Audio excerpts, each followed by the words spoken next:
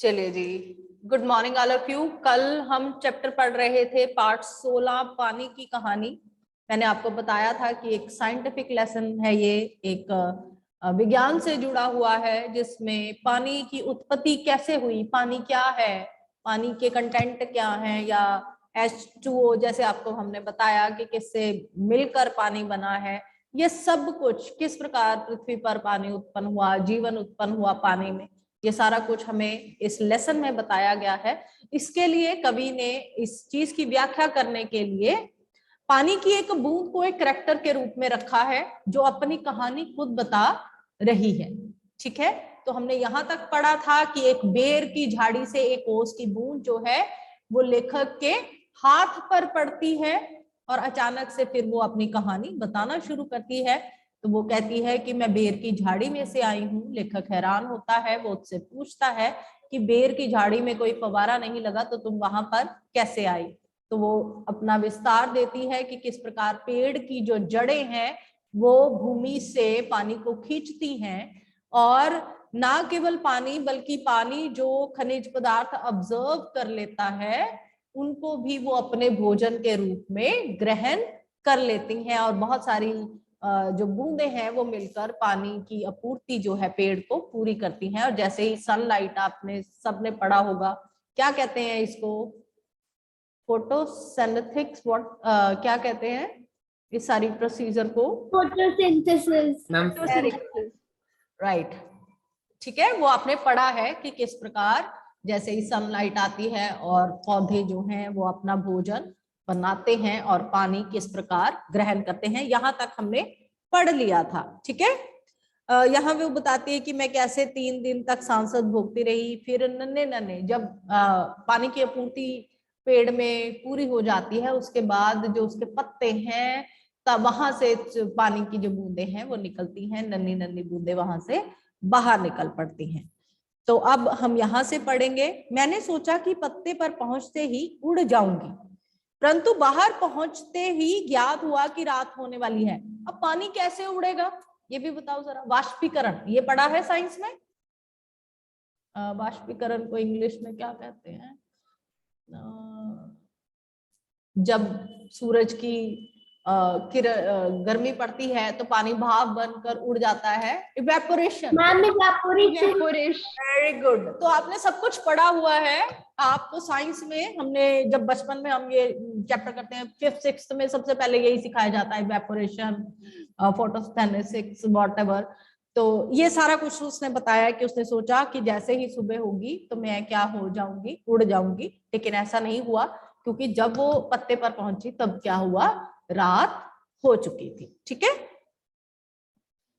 सूर्य जो हवा हमें उड़ने की शक्ति देते हैं जा चुके हैं, और वायुमंडल में इतने जल कण उड़ रहे हैं कि मेरे लिए वहां कोई स्थान ही नहीं। मैं अपने भाग्य पर भरोसा करके पत्तों पर सुकड़ी पड़ी रही। अब सर्दियों का महीना आपने देखा है, कल रात को देखा होगा, पाला पड़ा खूब।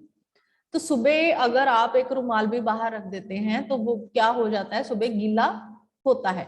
तो क्या है कि हमारे पूरे वायुमंडल में, हमारे एनवायरमेंट में क्या है, पानी की छोटे छोटे छोटे छोटे कण हैं, जिसको पाले के रूप में आप कह सकते हैं। तो ये यहीं पे, यहाँ पे यही बता रही है कि रात के समय सर्दियों में पूरा वायुमंडल जो है वो छोटे छोटे इन जल कणों से भरा होता है। ठीक है, अभी जब तुम्हें देखा तो जान में जान आई और रक्षा पाने के लिए तुम्हारे हाथ पर कूद पड़ी। इस दुख और भावपूरी कहानी का मुझ पर बहुत बड़ा प्रभाव पड़ा। जब तक तुम मेरे पास हो कोई पत्ता तुम्हें छू ना सकेगा।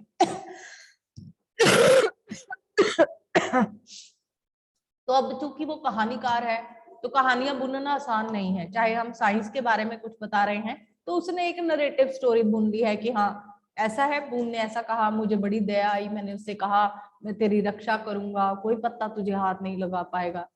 तो ठीक है, इमोशनल टच हिंदी वाला आ गया इसमें, विज्ञान के चैप्टर में। ओके डन भैया, इसके लिए तुम्हें बहुत धन्यवाद। जब तक सूरज ना निकले तभी तक रक्षा चाहती हूँ, उसका दर्शन करते ही मुझ में उड़ने की शक्ति आ जाएगी। मैंने अभी आपको बताया कि पानी उड़ेगा कैसे, वाष्पीकरण, इवेपोरेशन।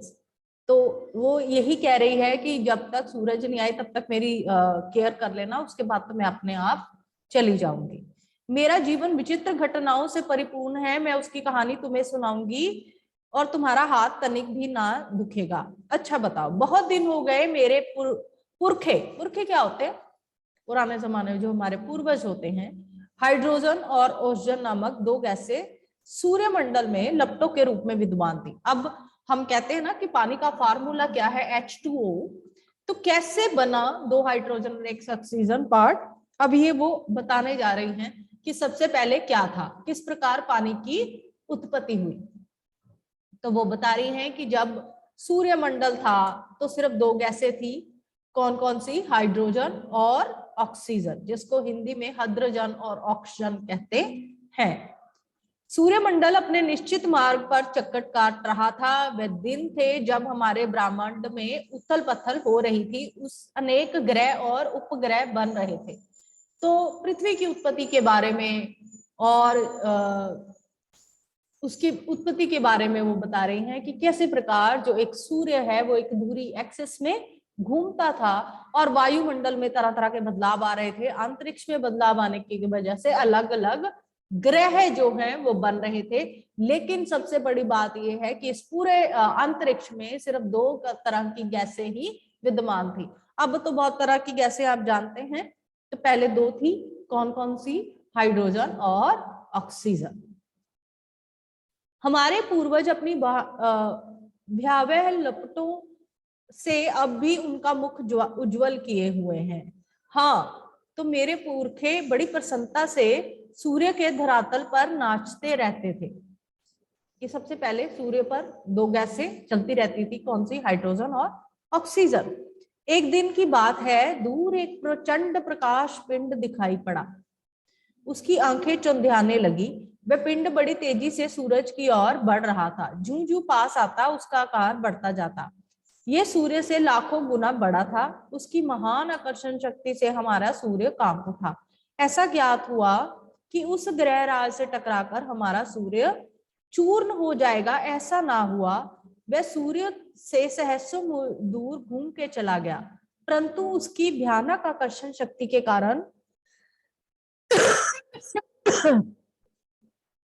सूर्य का एक भाग टूटकर उसके पीछे चला। सूर्य से टूटा हुआ भाग इतना भारी खिंचाव न हासिल कर सका और कई भागों में टूट गया। उन्हीं में से एक टुकड़ा हमारी पृथ्वी है, जो प्रारंभ में एक आग का गोला ही थी। अब समझने की कोशिश करो कि किस प्रकार पृथ्वी जो है उत्पन्न हुई। सूर्य था, सूर्य अस्तित्व में था, लेकिन उससे भी बड़ा सूर्य जैसा एक गोला अचानक अंतरिक्ष से आया और ऐसे लग रहा था जैसे वो सूर्य से टकरा जाएगा, लेकिन वो उसके पास से गुजर गया। लेकिन उसकी रेज इतनी जबरदस्त थी कि सूरज का कुछ हिस्सा टूटकर बहुत सारे भागों में बिखर गया। उसी एक टूटे हुए हिस्से को जब वो अंतरिक्ष में गया तो ठंडा हो गया और वही एक हिस्सा पृथ्वी कहलाई। तो हम क्या है? सूर्य का ही हिस्सा है। पृथ्वी सबसे पहले कैसी थी? सूर्य की ही तरह गर्म थी। पढ़ा हुआ है हम सब ने। एक बहुत पहले, कुछ दिन पहले यूट्यूब पे एक बड़ी थ्योरी चली थी, कौन सी थी? किसको याद है? उन्होंने बड़ा इस पे रिसर्च चल रहा था। अ बिग होल थी, big bang theory. Yes, very good. हाँ, वो पढ़ा है आपने कि किस प्रकार पृथ्वी की उत्पत्ति हुई, किस प्रकार जो एक टकराव था उससे सूरज अलग हुआ और ठंडा हुआ। वो इसी बिग बैंग थ्योरी का जो देखो, अगर आप इंटरेस्ट रखते हो, कई बार चीजें इंटरेस्टिंग होती है, देखने में बड़ा मजा आता है।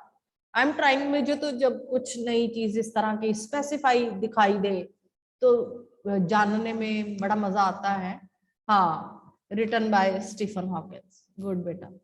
तो ये भी बिग बैंग थ्योरी था और इसको मैंने तो हिंदी में सारे वीडियोस देखे थे। I really don't know the exact क्या कहा था, लेकिन मैं ये बता रही हूँ कि वो सब भी इन्होंने भी यही बताया था। इन्होंने कोशिश की थी कि वैसे ही एक बार दोबारा खुद आदमी करके देखे कि क्या होता है ना। इस स्टोरी का मोटिव यही था कि हम दोबारा ये करना चाहते थे। अब चूंकि एक नई खबर और आई है कि चाइना वालों ने अपना सूरज एक जो है वो बना लिया है। पढ़ा है सबने? नहीं पढ़ा तो इसके बारे में भी देखो। बना लिया है उन्होंने, चाइना ने अपना एक जो सूर्य है वो खुद डेवलप कर लिया है, बना लिया है, बिल्कुल सूर्य की ही तरह। थोड़े ही दिनों में और बहुत सारी चीजें आएंगी। ये जो इतने एक्सपेरिमेंट्स चलते रहते हैं, इसी की वजह से आज हम लोग अपने अपने घरों में बैठे। ये कोरोना ऐसे ही नहीं आया है, ये भी किसी ना किसी एक्सपेरिमेंट की क्या कहते हैं जरूर होगी, ये हमें बाद में कहीं पता चले। चलिए आते हैं वापस पाठ पर। कहानियों में लंबी सारी कहानियां बहुत सारी निकलती चली आती हैं। तो यहाँ पे बिग बैंग थ्योरी की बात की गई है, जेनेटिक मॉडिफिकेशन हो सकता है जी ऐसा, परंतु उन लपटों से तुम पानी कैसे बने? अब लेखक जो है और जिज्ञासा उत्पन्न करते हुए कहता है कि अच्छा ठीक है, हम मान लेते हैं कि जो सूर्य है, सूर्य का एक हिस्सा ही पृथ्वी थी। जब पृथ्वी इतनी गर्म थी तो पानी कैसे बना? पानी एकदम ठंडी चीज होती है, याद है ना? अगर किसी आग को भी बुझाना हो तो हम किसका इस्तेमाल करते हैं? पानी का। तो अब लेखक उससे पूछता है कि जब पृथ्वी इतनी शुरू से गर्म मिट्टी का भी करते हैं है, क्या मैम, हुआ? मिट्टी का भी करते हैं क्या मिट्टी का भी करते हैं मैम, यूज। ओरी कीप क्वाइट। हाँ होता है यूज। आगे चलो। तो अच्छा उसने पूछा कि पानी जो है कंपैरेटिवली, अगर वो कहता है कि पृथ्वी जो है वो सूर्य का हिस्सा है, तो पानी जो है वो कैसे बना?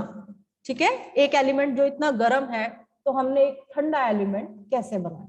मुझे ठीक पता नहीं, पर सही ये है कि हमारा ग्रह ठंडा होता चला गया। और मुझे याद है कि अरबों वर्ष पहले हाइड्रोजन और ऑक्सीजन के रासायनिक क्रिया के कारण में उत्पन्न हुई। ये हम सभी जानते हैं, केमिस्ट्री हम पढ़ रहे हैं। मैंने अब शुरुआत में आपको बताया H2O।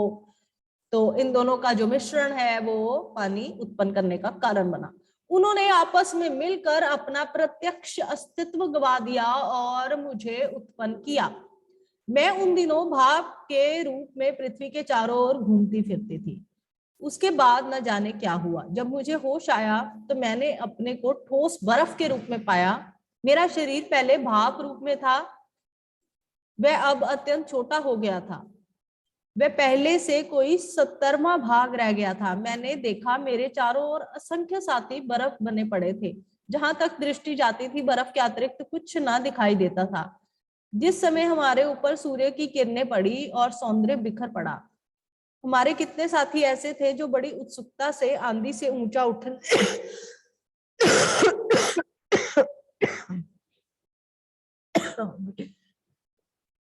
Just wait.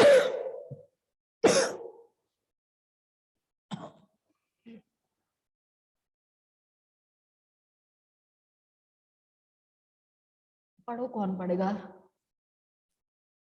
मैं एक्सप्लेन करती हूँ, प्लीज पढ़ो पढ़ो। Taranya read the chapter bit, page number 98। जब बूंद जो है वो बर्फ बनने की, Yes, ma'am. हाँ बूंद जो है वो कैसे भाप से फिर बर्फ बनती है। आप सभी जानते हैं कि जब वाष्पीकरण होता है भाप द्वारा पानी उड़कर बादल बन जाता है, ये हम सब ने पढ़ा है। एक पेड़ भाप दूसरे देश में उड़ती है, किस तरह जाती है आप जानते हैं। भाप वाष्पीकरण होकर पानी बनता है और बादलों के रूप में आता है, ठीक है, बारिश होती है। तो इसी तरह जब भाप उड़कर इकट्ठी होती चली जाती है पानी के साथ साथ बर्फ, जब ओले पड़ते हैं वो भी आपको पता है कि यही पानी जो है वो बर्फ के रूप में तब्दील हो जाता है। हाँ जी बेटा पढ़ो। Ma'am, page 98. हाँ जी, बड़े आनंद का समय रहा होगा वहां, बड़े आनंद का, कितने दिनों तक?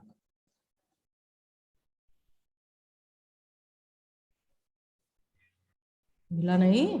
ये जो छोटे छोटी लाइंस है बेटा, कई लाखों वर्ष तक, कई लाख, हाँ चौंको नहीं, मेरे जीवन में 100-200 वर्ष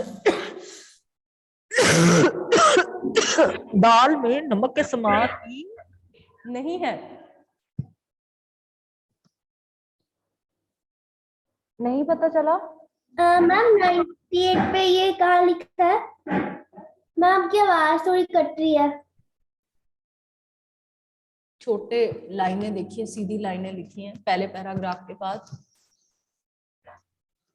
जहां वो बता रही है कि उसकी टाइम पीरियड कितना है, लाख वर्ष। तो वो कहता है लाख वर्ष छूको नहीं, मेरे जीवन में 200 साल वर्ष दाल में नमक के समान नहीं है। मैंने ऐसी दीर्घजीवी से वार्तालाप करके जान अपने को धन्य माना और उसके बूंद के प्रति मेरी श्रद्धा उमड़ पड़ी। हम शांति से बैठे एक दिन हवा में खेलने की कहानियां सुन रहे थे कि अचानक ऐसा मानो अनुभव हुआ मानो हम सरक रहे हैं। सबके मुंह पर हवाइयां उड़ने लगी। अब क्या होगा? इतने दिन आनंद के काटने के पश्चात अब दुख सहने का साहस हम में ना था। बहुत पता लगाने पर हमें ज्ञात हुआ कि हमारे भार से हमारे नीचे वाले भाई दबकर पानी हो गए हैं। उनका शरीर ठोसपन को छोड़ चुका है और उनके तरल शरीर पर हम फिसल चले। देखा है कभी कभी ग्लेशियर्स देखे हैं, पानी के ऊपर बड़े बड़े बर्फ के तोंदे जो हैं वो तैरते चले जाते हैं, है ना। ग्लेशियर्स में कभी डिस्कवरी खोल के देखो तो पता चलेगा कि किस प्रकार बर्फ के जो बड़े बड़े पहाड़ हैं वो नीचे पानी में बहते चले जाते हैं। मैं कई मास समुद्र में इधर उधर घूमती रही। फिर एक दिन गर्म धारा से भेंट हो गई। धारा के जलते अस्तित्व को ठंडक पहुंचाने के लिए हमने उसकी गर्मी सोखनी प्रारंभ कर दी और फलस्वरूप में पिघल पड़ी और पानी बनकर समुद्र में मिल गई। अब पानी बनकर समुद्र में कैसे मिली? वो नदी बन गया। ठीक, पानी की कहानी हम पढ़ रहे हैं कि किस प्रकार बर्फ के रूप में वो हुई और बर्फ जो है वो और टेम्परेचर में जमती चली गई। आखिर सीजन चेंज हुआ और उसके बाद सीजन चेंज होने के साथ ही बर्फ जो है पहाड़ों से पिघलने रहने दो अंज, 98 पेज ही था, it's okay, let it be. ठीक है, तो कैसे बर्फ पिघल कर जो है वो आप जानते हैं बर्फ पिघल कर नदियां बनती हैं। जैसे गंगोत्री है, गंगा नदी है, कहाँ से निकलती है? पहाड़ों से निकलती है। तो पहाड़ों में से पानी नहीं आता, वो जितनी बर्फ पहाड़ों पे पड़ी होती है जब मौसम चेंज होता है तो बर्फ पिघलती है और फिर वो नदी के रूप में नीचे आती है। समुद्र का भाग मैंने जो दृश्य देखा वह वर्णनाते है। मैं अभी तक समझती हूँ कि समुद्र में केवल बंधु भाइयों का राज्य है, परंतु अब ज्ञात हुआ कि समुद्र में चहल पहल वास्तव में दूसरे ही जीवों की है और उसमें निरा नमक भरा है। पहले पहल समुद्र का खारापन मुझे बिल्कुल नहीं भाया, जी मचलने लगा, पर धीरे धीरे सब सहन हो चला। एक दिन मेरे जी में आया कि मैं समुद्र के ऊपर तो बहुत घूम चुकी हूँ, मुझे नीचे चलकर देखना चाहिए कि क्या है। इस कार्य के लिए मैंने गहरे जाना प्रारंभ कर दिया। मार्ग में मैंने विचित्र जीव देखे। मैंने अत्यंत धीरे धीरे रेंगने वाले घोंगे, जालीदार मछलियां, कई भारी कछुए, हाथों वाली मछलियां देखी। एक मछली ऐसी देखी जो मनुष्य से कई गुना लंबी थी। उसके हाथ 8 हाथ थे। किसकी बात हो रही है जल्दी बताएं?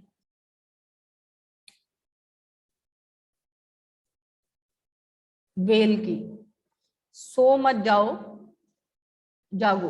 तो इस प्रकार जब नदियां समुद्र में होती हैं तो अब वो आगे बता रही है कि समुद्र में क्या क्या है। नमक के अलावा वो बताती है कि बहुत सारे जीव जंतु हैं और बहुत सारे जीव जंतु जो हैं वे अपने हाथों से अपने शिकार को जकड़ लेती हैं। ऑक्टोपस भी हो सकता है। मैं अपने गहराई के खोज में किनारों के दूर तक गई। मैंने एक ऐसी वस्तु देखी, मैं चौंक उठी। अब तक समुद्र में अंधेरा था। सूर्य का प्रकाश कुछ ही भीतर तक पहुंच पाता था और बल लगाकर देखने के कारण मेरे नेत्र दुखने लगते थे। मैं सोच रही थी यहाँ पर जीवों को कैसे दिखाई देता होगा कि सामने ऐसा जीव दिखाई दिया मानो कोई लालटेन लिए घूम रहा हो। वह अत्यंत सुंदर मछली थी। उसके शरीर में एक प्रकार की चमक निकलती थी जो उसको मार्ग दिखलाती थी। अब समुद्र बहुत बड़े बड़े जीवों से और आश्चर्यजनक चीजों से भरा पड़ा है। तो वो कह रही थी कि समुद्र के नीचे रोशनी नहीं होती, कई बार कुछ दिखाई नहीं लेता। तो कुछ मछलियां ऐसी भी हैं जिनके शरीर से क्या उत्पन्न होता है? लाइट उत्पन्न होती है। जैसे जुगनू हम जानते हैं, जुगनू देखे हैं ना, तो अंधेरे में चमकते हैं। इसी तरह बहुत सारी मछलियां भी हैं जो क्या है, जिनके शरीर से इस तरह का प्रकाश निकलता है। जब वह भूखी होती तो पेट भर उसका भोजन उसके पास आ जाती और वो पेट भर भोजन करती। विचित्र है, जब मैं और नीचे समुद्र की गहरी तह पर पहुंची तो वहां भी जंगल हैं, छोटे ठिगने मोटे पत्ते वाले पेड़ भाव हाथ में उगे हैं, वहां पर पहाड़ियां हैं, घाटियां हैं। हम सब जानते हैं कि समुद्र के नीचे एक पूरी दुनिया है अलग, और उसमें पेड़ पौधे भी बहुत सारे हैं, इवन कुछ तो इतने गहरे बड़े हैं जैसे वृक्ष हो। आपने जब कभी डिस्कवरी अंडर वाटर सी इस तरह की यूट्यूब पर देखिए, बड़ा मजा आता है देखने वाला कि समुद्र के नीचे और क्या क्या है। बहुत पूरा पूरा बस्तियां हैं। एक तो एक बार देखी थी मैंने एक डिस्कवरी जिसमें एक पूरा शहर समुद्र के नीचे उन्होंने खोज निकाला था, जैसे हमने हड़प्पा और सिंधु घाटी को ढूंढा था, बिल्कुल वैसे एक पूरा शहर, पूरा बना हुआ शहर जो है वो समुद्र के नीचे था, और उसका कुछ बिगड़ा नहीं था, एज इट इज पूरा का पूरा जैसे समुद्र में दफन हो गया था। तो बहुत अच्छी चीजें होती है देखने वाली। आप इंटरनेट में पता नहीं क्या क्या देखते हो, कुछ ऐसी चीजें देखा करो जिससे ज्ञान में क्या कहते हैं हमारे वो बढ़ोतरी हो। अच्छा, ये सब देखने में मुझे कई वर्ष लगे, जी में आया ऊपर लौट चले, परंतु प्रयत्न करने पर जान पड़ा यह संभव है। मेरे ऊपर पानी की कई मील मोटी तय थी, मैं भूमि में घुसकर जान बचाने की चेष्टा करने लगी। ये मेरे लिए कोई नई बात नहीं थी। करोड़ों जलकण इसी भांति अपनी जान बचाते हैं और समुन्द्र का जल नीचे धंसता जाता है। जब समुन्द्र का जल साथ वाले किनारों में ऑब्जर्व होता जाता है तो समुन्द्र जो है वो नीचे होता है। मैं अपने दूसरे भाइयों के साथ पीछे पीछे चट्टान में घुस गई।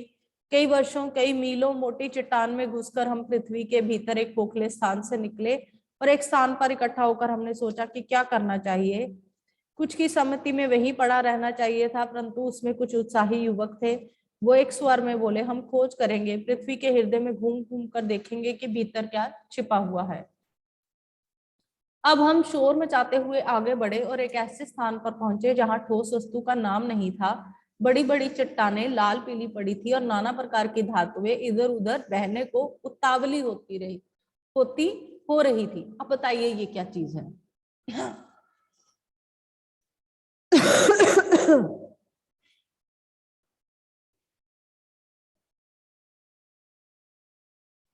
क्या है जिसकी ये बात कर रही है? पहले सेंटेंस में ही पता चल जाता है।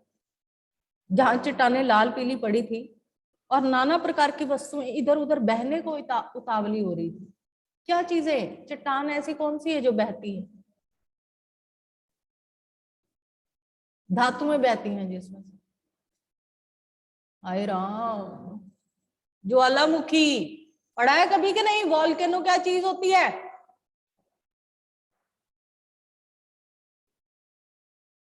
सो जाओ सबके सब। मुझे लगता है कि लेसन को पढ़ने में सिर्फ मुझे ही मजा आ रहा है, बाकी सब अपनी किताबें तुबे बंद करके कहीं और ही गुम है। नहीं, सबके सब जरा कैमरास ऑन करो अपने।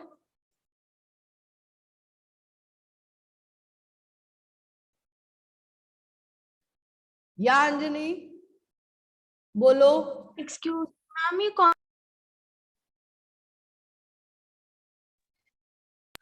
एक्सक्यूज मी मैम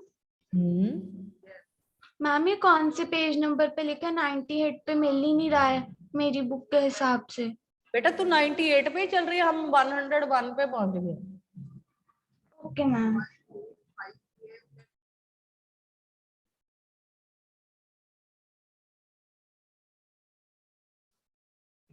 तो यहाँ पे वो बात कर रही है कि किस प्रकार पृथ्वी के किनारों से जुड़ते जुड़ते वो और आगे आगे चले गए अंदर।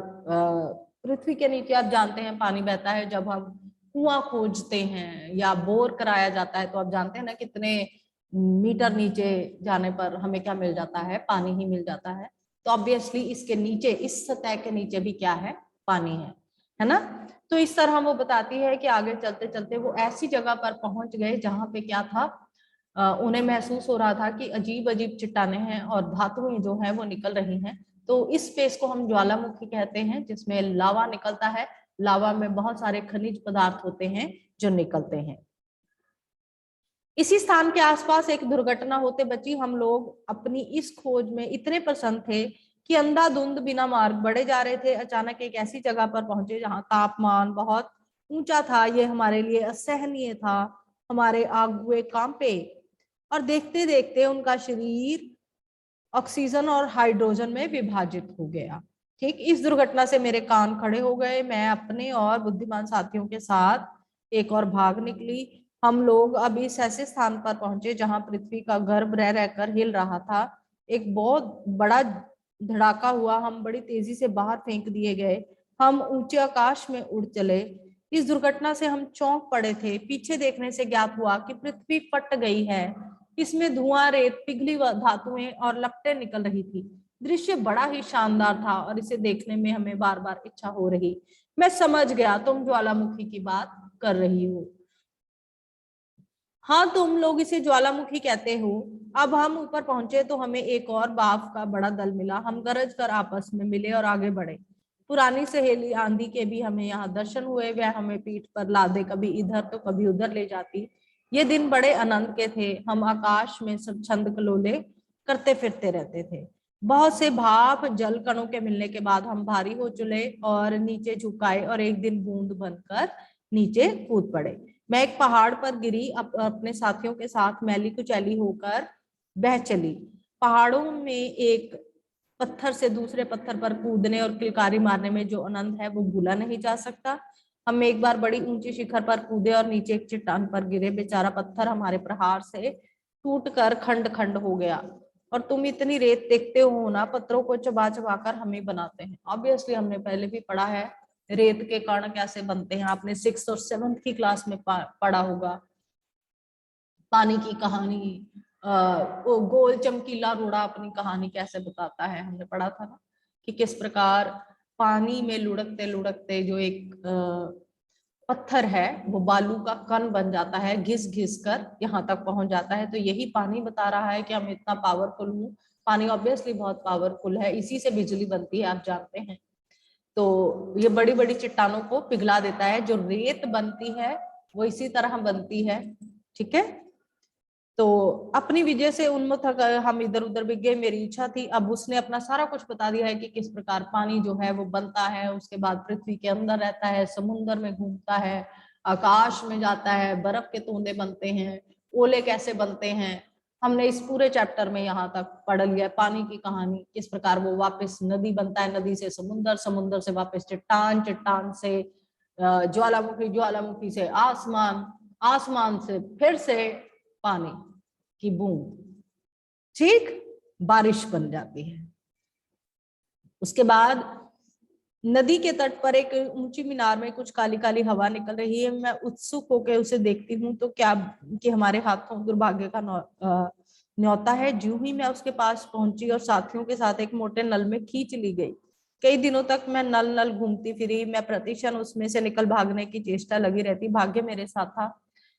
सभी जानते हैं कि नदियों में जो है बड़ी सी पाइप डाली जाती हैं और नदियों से ही पानी खींचकर शहरों में पहुंचाया जाता है, इतना तो हम जानते हैं। तो यहाँ पे वो उस पाइप की बात कर रही है कि नदियों में जैसे डाला जाता है और फिर जो पानी है वो घर घर में पहुंचाया जाता है। भाग्य मेरे साथ था। बस एक दिन रात के समय में एक ऐसे स्थान पर पहुंची जहां नल टूटा हुआ था। मैं तुरंत उसमें से होकर भाग निकली और पृथ्वी में समा गई। अंदर ही अंदर घूमते इस बेर के पेड़ के पास पहुंची। वह रुकी, सूर्य निकल आया था। बस मैंने कहा, हाँ अब मैं तुम्हारे साथ ज्यादा नहीं ठहर सकती। सूर्य निकल आया है, तुम मुझे रोक कर नहीं रख सकते। वह ऊंस की बूंद धीरे धीरे घटी और आंखों से ओझल हो गई। पानी कैसे बना और क्या क्या पानी के एलिमेंट्स होते हैं, समुंदर भी पानी, उसके अंदर क्या क्या होता है, नदियां कैसे बनती हैं, नदी में क्या होता है, नदियों से पानी शहरों को ट्रांसफर किया जाता है, ये सब उसने बताया। पानी की कहानी में हमने पूरी कहानी पानी की पढ़ ली है। अब किसी को अपने महत्वपूर्ण विचार रखने हैं तो प्लीज शेयर करें, नहीं तो इसके क्वेश्चन आंसर डिस्कस करें।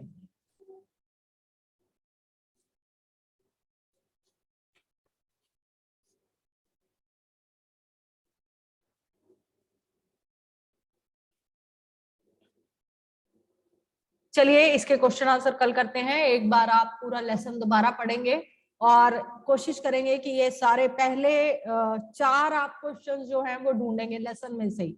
इजी है, कोई मुश्किल नहीं है, लेसन में से ही क्वेश्चन दिए जाते हैं। तो एक बार थॉरली लेसन आपको सारा समझा दिया गया है। नहीं समझ आया वीडियो देखें, अगर वो भी नहीं समझ आया 2 बार पढ़े, समझ में आ जाएगा। ठीक है, और इन प्रश्नों के उत्तर कल आपने ढूंढ के रखने हैं, इनको डिस्कस करके कल हम इस लेसन को खत्म करके आगे बढ़ेंगे। क्लियर है जी? कुछ और पूछना है किसी को? लेसन समझ में आ गया?